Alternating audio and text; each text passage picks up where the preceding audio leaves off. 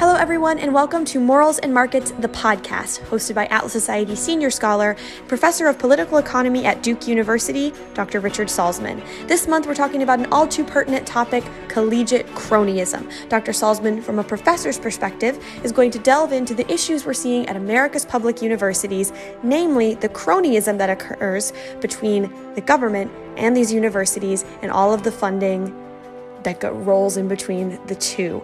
We're going to touch on the student debt crisis, how this is exasperated by the cronyism at these colleges and by the public funding, as well as proposing some solutions to the problem. So I hope you guys enjoy the session. If you do, I hope you will like, follow, subscribe, and share the podcast with your friends. If you want to join us live to partake in the question and answer portions of these discussions that we do not post here on the podcast, you can visit atlassociety.org/events and register on Zoom. And with that, I'm handing things over to Richard. Thank you, Abby, and thank you, David Kelley, the founder of Atlas Society, for joining tonight. Feel free to chime in. Anyone, feel free to chime in. As usual, I'll give an opening. Won't be as long tonight. I'm going to give an opening 15 to 20 minutes on this topic. Now, I refer to it as cronyism, collegiate cronyism. We often think of corporate oligarchs and fat cat Wall Street types as recipients of special government favors. But when you think about it, it happens in the collegiate realm as well. And I thought I would talk about this tonight because in late August, the president, the White House, launched a debt relief, debt forgiveness, however you want to describe it, plan for student loans. And I wanted to talk about that. I wanted to explain it a little bit, give some historical context to why the US government is even in a position to do this. Why is it in the student loan business, so to speak? So I'll give you a little context there. But it is cronyism. It is a form of favoritism. It is a form of special favors to a particular group. And in that regard, especially on the eve of the midterm elections, could be interpreted as gross pandering to a youth vote, actually, that probably is in the Democratic category anyway.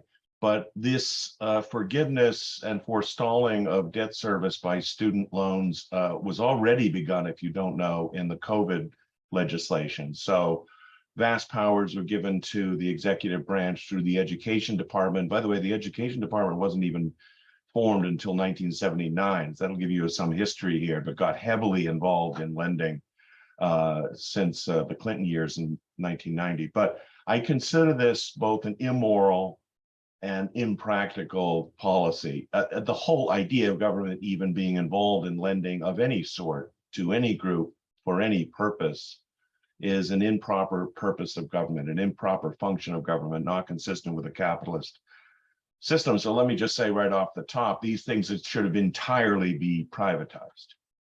It's not that student loans themselves are not a legitimate form of financing.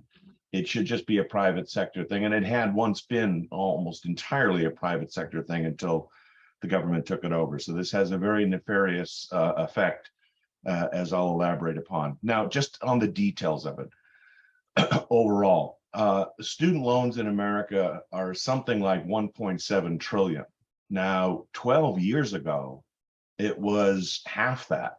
So a doubling of loans in just a decade is really quite amazing. So it was something like 800 billion in 2010. Now it's 1.78 trillion, 1.8 trillion, I think.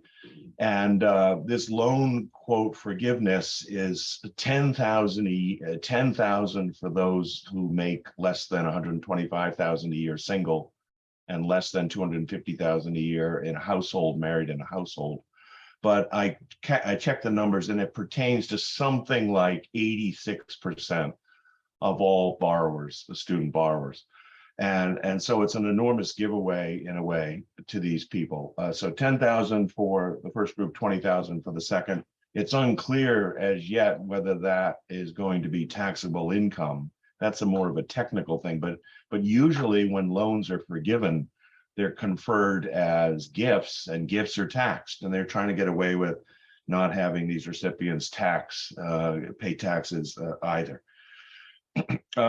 Some of the objections to this are weak and not philosophical. As an example, Well, it only goes to elites. It only goes to those fraction of people who go to college. What about all the people who don't go to college? And notice the underlying premise, as if it would be okay if we're more in an egalitarian forgiveness. So that's one point. The other point is someone will say, well, it's very, very costly. The Biden administration originally said this would amount to $250 billion.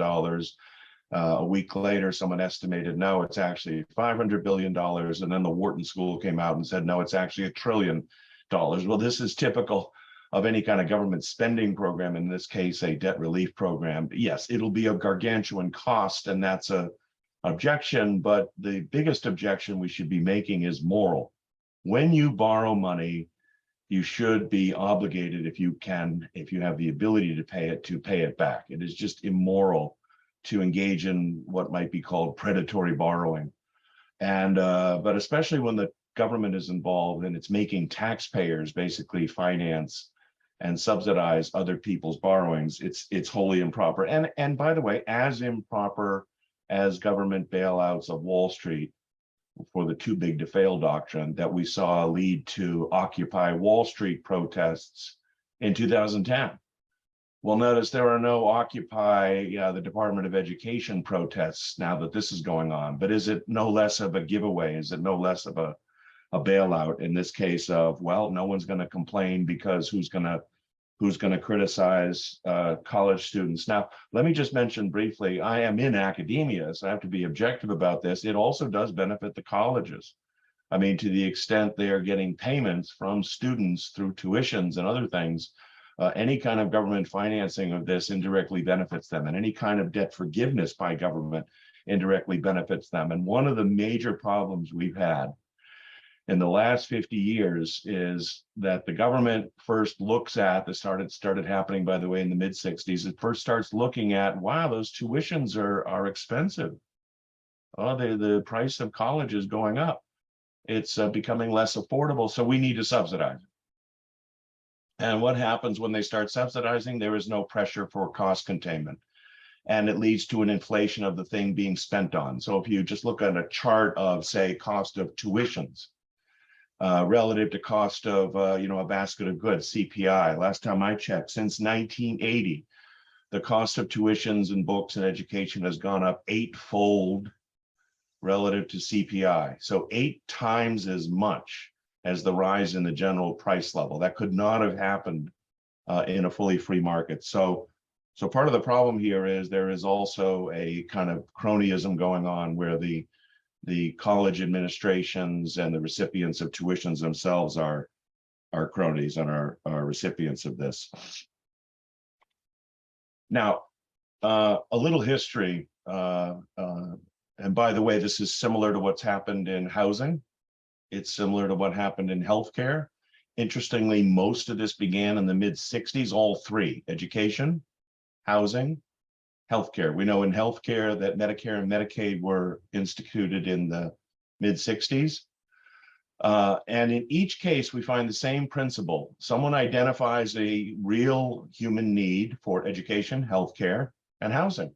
So no one denies that, but it's claimed that there's some kind of market failure, or it's claimed in some way that these are public goods, that the markets fail in some way, either to provide the goods, which is silly, or to provide the goods in an affordable way, which is sometimes the case at a very fractional level. But instead of leaving this process to voluntary private charity, the government gets more involved. And the pattern is first they subsidize it, then the prices of the things get inflated, then they subsidize it still more, then people get in over their heads, whether it's through mortgages for housing or healthcare bills, or in this case, education. So I just want to look at this in a principled way, not in an isolated way, that the same principle is operating. And we all know what happened with the mortgage housing crisis in 08, 09, same kind of principle. Years and years of the government saying this is a necessary thing. We're going to finance it for people who can't afford it. We're going to try to defy reality and make everyone own a house, have everyone own a house, even if they can't afford it. It's an unsustainable financial transaction. And when the whole thing falls apart, no one really blames it on government intervention. Now, it wasn't until 1965, we looked this up, the Federal Family Education Loan Program. It was the first time the federal government really got involved in financing or backstopping loans to students. Now, there was a market for student loans in the private banking system prior to this. So it was not as if people did not get student loans, but you can imagine if you were a student, you went into a bank or a savings and loan at the time and made a case for the degree you were getting and made a case for the career you might have. And it would be perfectly rational for a bank to make a loan saying, well, you're going to pay it back with the income you earn after you graduate. And it is true that those who get ever higher degrees tend to make ever higher incomes. So it's, again, back to the principle, it's not as if private lending for this kind of thing cannot go on, but it is not sustainable when the government starts getting involved in it. And it did starting in 1965. Now, if you look at the data, and it's easily retrievable, by the way, at the Federal Reserve publishes all this data, there is a close correspondence between the increasing government subsidy of higher education, college education, and tuition costs. So it's the subsidies chasing the price or cost of the thing, and the whole thing getting completely out of hand. And to the point of it being unsustainable for many students, leading to things like, well, we now need to debt forgive. Now we need to cancel the debts.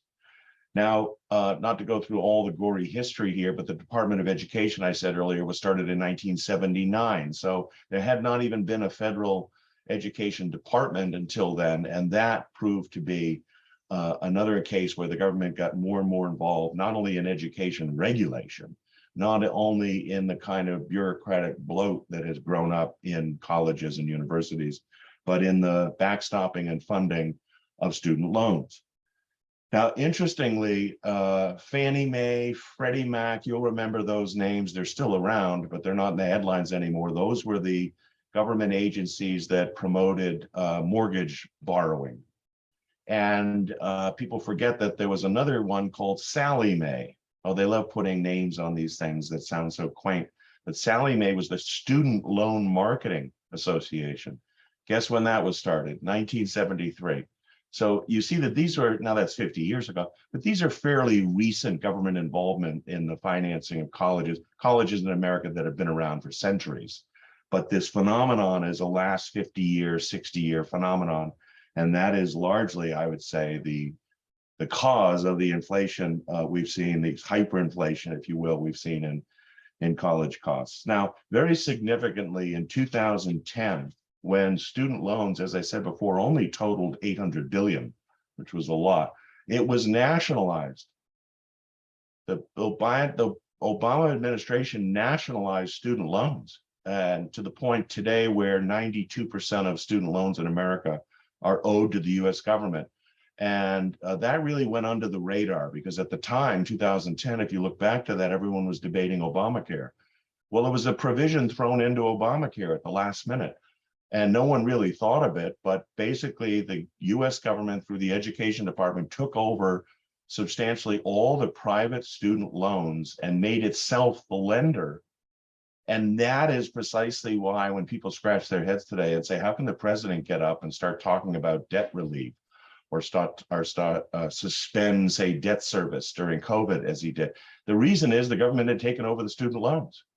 So now if you know what nationalization means, if you nationalize any industry, that is socialism. Socialism is government ownership of the means of production. Here, it's not the entire banking system, of course, it's not the entire financial system, but it is a 1.8 trillion in loans is no small number. The total national debt is something like 30 trillion. So, but that is what happened. And the argument that the government would be the sole lender, let alone any kind of lender to the student loan market, is very interesting because you could see it potentially as lending to a politically dedicated group that once the government gets control of the finances of this thing, that it in effect, and from any party might conclude this, Democrat or Republican, that you now have a special interest group on your side, dedicated, you know, like you would with Social Security or other things, very interested now in kowtowing to government and lobbying government, just as the elderly might in the case of Social Security. Um, I think I'll stop there. As I said before, I always like to say something about the cure for this. I find that for my own sake, actually, and for most people who advocate liberty and limited government, there's a lot of reporting on how bad things are, and there's a lot of bad things out there. But the idea of merely describing, merely reporting, merely conveying, how terrible everything is without some kind of suggestion of a remedy or of a cure is insufficient. Now, it's easy for me to just say in a sweeping way, privatize the whole thing, but at least we can point to the history of when it was largely private, when schools were largely more responsible in their pricing, when students were more careful as a result of whether it was worth even getting a college degree. There's lots of debate today about not just whether the cost of degrees is inflated and sustainable, but whether people should be going to college. So that the whole related problem of quote unquote, too many people going to college and not really benefiting by it. They're doing it because it's easier to pay for it when you're getting subsidized. The whole thing should be wound down, even if it's done gradually over time, so people can plan. But I believe, as in all issues related to government lending, the government should not be in the lending business. It's a private sector function. The argument it should be made as a moral one as well. It is immoral to be using the government and using force and using taxpayers to borrow for your own purposes. This should be a private thing entirely. It isn't an issue of class warfare in terms of elites or not. If you want to go there, it is obviously quite obvious that that wealthier families don't really get student loans anyway. And they're basically choosing to subsidize lower income kids in colleges because they either give to the college endowments or they're the ones who pay the top ticket price for the tuitions. Most students and families do not pay the sticker price, so to speak. They pay a fraction of it. And the question is, how is that possible? Because universities price discriminate. They charge more for wealthier people. So the idea that in a private sector system, the lower income would not have access to the system is no less true in higher education than it is in the K through 12. So I'll leave it there. I think this is a very bad move. I think it's unfortunately electorally more popular than people think. But I just wanted to bring it to your attention and see if we can talk about aspects of this and getting back to a more capitalist education system. All right. Well, we have Lawrence raised his hand. We have one question in the chat. So Lawrence, you want to start us off? Hi, Richard.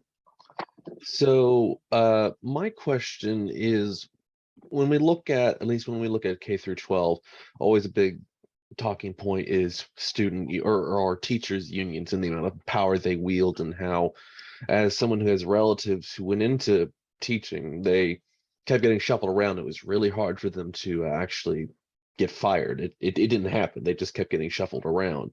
And it makes me wonder if there's a similar issue, perhaps, that you think on the college level when it comes to tenure, which seems to become a far more politicized issue. And it's where they say they're going to funnel more money into that, but then people who can actually get it have to,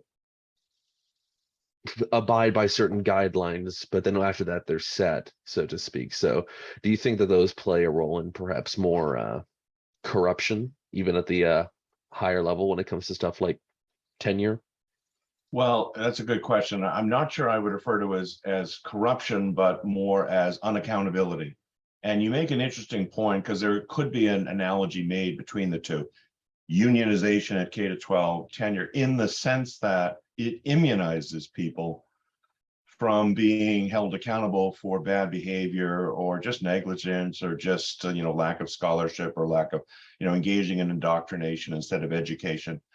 Now, on the public school side, of course, I want no government involvement in K through 12 at all. That thing should be entirely privatized as well. But I would say, Lawrence, in the period until it is, I think it's also proper to take the step of no unions in public goods. So notice Reagan did that when it came to the air traffic controllers who went on strike in 1982. I think Coolidge, as governor of Massachusetts, was the first to name the principle when the police went on strike. And there is no right to strike against the public or something like that. Now, so we should stand up for the right to not work if you're in the private sector.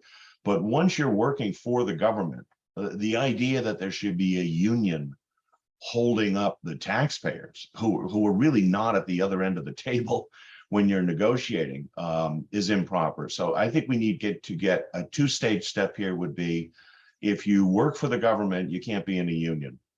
And the next step is you shouldn't be working for the government anyway, because that's not a proper government function to have schools. Now, tenure is interesting because David will know more about this than I did, having been in academia for many years.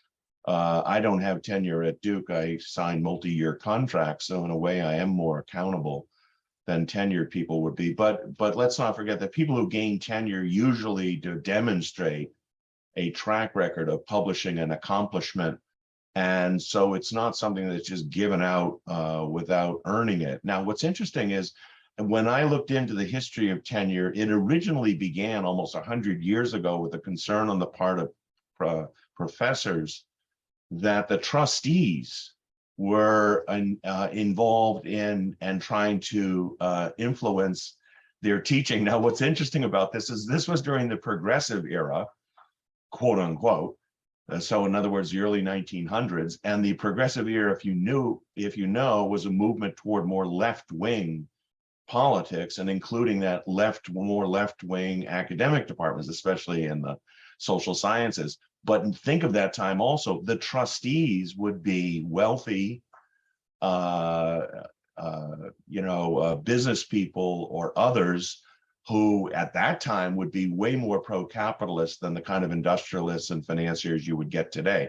So at places like the University of Chicago and elsewhere, the trustees were beginning, the more capitalist-leaning financiers and trustees of universities were beginning to notice and see left-wing teaching from professors. So the professors joined together and argued for academic freedom. That's how far back this goes. And they basically said, we should be able to teach whatever we want, and you shouldn't be able to pull, strings based on your financing. So that was the origin actually of tenure. And it was very similar to the kind of movement that existed in the civil service at the time. Civil service meant all those non-elected government officials who ran the agencies. And until that same period, there had been widespread patronage. Patronage meaning every time a new administration came in, they'd fire the old and put in their buddies and put in their friends. Well, civil service legislation was the idea of immunizing government bureaucrats from political changeovers. So notice how that was similar to immunizing college professors from getting fired when trustees came in. So just it's interesting. That's the origin of it. Tenure, interestingly, has been on the decline in the last couple decades for various reasons. But as long as that is a private thing, where the universities decide that that is a way to attract professors, I don't consider that a particular problem. I do consider teachers' unions in K-12 government schools as a really big problem. David, I don't know if you have a different take on that. David Kelley.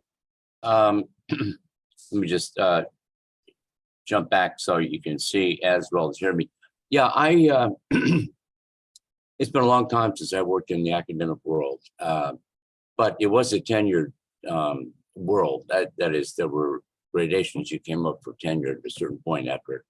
At Vassar College, where I was teaching, it was after, I think, in my case, 8 years. And I didn't get tenure. So I had an interesting meeting with the president afterwards, after the decision, and said, oh, okay, I've been pretty explicit about my political views. And was that a factor? And she said, no, we really wanted she didn't put it this way, but a token libertarian, that would be nice on our faculty. It would help with the trustees. But there is tenure, like every other aspect of academic life, even back then, and this goes back to the 80s, was being influenced by cultural trends. We've got to hire women. We've got to hire minorities. We've got to, et cetera, et cetera. I know I'm pretty sure that was relevant in my case because, you know, I'm in the hated class of white males. And the, you know, I won't say it was all that, it was a factor. But anyway, I've always been opposed to tenure. I don't understand why everyone should not be working on the terms you are, Richard. Hire me. If I do it, if you want to keep me after 5 years or 2 years or whatever the term is, fine. If I'm happy with you and you're happy with me, I'll stay. Otherwise, sayonara. Yeah, and David, having come from the corporate world 10 years ago, it was always what's it called? Employment at will. Employment at will was, you know, every day you went into work, you know, you were still hired, and you know, until they fired you, if they were going to fire you, there was, unless you're up into the echelons of high pay and CEO suite, there were not contracts, written out contracts, multi-year contracts, that kind of thing. You had annual reviews. You obviously had a particular salary and job functions and things like that. So when I went to academia at a late age, in my late 40s, I knew I wouldn't get tenure. I knew it was too late to get tenure. So I actually considered something like a multi-year contract is quite amazing, David. I thought, wow, multi-year contracts, that's, I'm not used to that. I've never seen that before. But yeah, it's now, sometimes I'm asked, do you feel like you're in a more precarious position because you don't have tenure? I guess so, but who cares? In a way, I don't care. Someone a decade ago or so, a couple of people said to me, okay, if you're in this classification of old white male pro-liberty, not a prized intersectional these days, you have to be more productive, more conscientious, friendlier, more benevolent in the department, collegial. It is called college after all. And it's not always easy, but no, of course there's no guarantees. And but maybe because I came from a competitive, you know, financial sector, I thought, well, you earn this every day anyway, so just earn it. And if someone wants to do something arbitrary to you, if someone wants to, you know, unilaterally ostracize you or bounce you for something stupid, that's not me, that's on them. Anyway, but it's riskier. I guess it's riskier. I must say also, though, I guess it depends on what university you're at. The tenured professors I know still work hard. So that old adage about once they get tenure, they don't work as hard. I haven't found that. I have not noticed that. Some of the most conscientious work ethic professors I know have had tenure for years. So for them, it's an issue of pride. It's an issue of you know, just conscientiousness about their career and they love the life of the mind. So I'm not sure that's true at every university, but that's what I've noticed so far. Well, Richard, just a final thought on this. I've noticed that too in many, many cases. I mean, if you spend all the years getting a PhD and then working as a junior professor, just to stay the course until the tenure decision comes along, you got to have something invested in the topic in your discipline. But I also would say that you know, cronyism. We talk about crony capitalism involving government and business, or in tonight, government and education. But the crony attitude operates within private institutions too, as you well know. And one thing that I've always thought about tenure is that it's kind of a what Greenspan used to call penny in the fuse box. It removes the incentive that a college has to hire the best at any level, at any and that is connected with a lot of office politics, academic politics. As is any organization, I'm sure any large corporation has that going on too. But at least they have the incentive. If you can't add to the value of our product, ultimately it will work against you. In education, that incentive has been mainly removed, partly by tenure, but other factors too. So Cronyism is a moral issue as well as a political one. The other one I've noticed, David, is, there's a distinction between what they call the research universities and the liberal arts colleges. So the research universities are producing PhDs and also teaching undergrads. But those and Duke is an example of that, a research R1, they call them. And so those kind of professors are expected and hired because they both publish and teach. Both. And the publishing part is supposed to be, well, they're at the cutting edge of research, therefore they should be, better professors, all else equal. Whereas the liberal arts ones are just teaching, and it's a little more passive in the sense of they're teaching whatever the new ideas are or the old ideas. And I have found that in the research institutions, if you can choose to research more and teach less, then they'll do that, or have the TAs teach. And so a lot of times students will come to university and they see these star professors, and then they wonder why they never get these star professors in class. And the reason is the class is turned over to TAs, which means teaching assistants. They're basically in-process PhD students. They're like apprentices. I've used TAs, but I also still teach. So that kind of thing goes on as well. You make a good point, David, actually, about cronyism. I think in the private sector, having been in the private sector, you might say, I found nepotism in a particular company I worked in, but it was smaller and middle size. So nepotism here meaning, hiring family members. They may have been and I noticed it really hurt the company. Now, in the big institutions I was in, like at Citicorp, it wasn't so much nepotism, but what used to be called, the old boys network. How did you get a job at Citicorp? It wasn't just an issue of what your resume was, but, did you go to the Ivy League schools? And when you went to the Ivy League schools, did you know someone, through the alumni office? So that kind of thing happens, but those companies can't get away with hiring people who are unqualified. It's just more an issue of what do they call today? Networking. If you can network your way into a job. And we tell Duke students that, and I'm sure Harvard, Yale does the same thing. Use the alumni office. Try to get Duke people who already have jobs in finance. Go talk to them. Try to get. And is it an easier way to get in than if your family has no connections? Yes, it's easier. But if that's what you mean by cronyism, I guess that does occur. I don't know if it corrupts the private sector in the way that here. I think of cronyism as government favors to special groups, special interest groups, but I hear what you're saying. Well, that's it for this episode of Morals and Markets, the podcast. I want to thank you all for joining us. Again, if you liked this content, I hope that you will share it with your friends, follow, and subscribe to the podcast. Additionally, again, if you want to join us live, that's the fourth Tuesday of every month. You can check it out on atlassociety.org/events. Also, if you have a topic that you'd like to hear Dr. Salzman discuss, or you have any questions relating to one of the episodes that you've listened to, you can feel free to reach out to me. I'm Abby Beringer, Student Programs Manager for the Atlas Society. You can reach me at Abby, ABBIE, at atlassociety.org via email. So with that being said, thank you all again for joining us, and I hope you will tune in next month.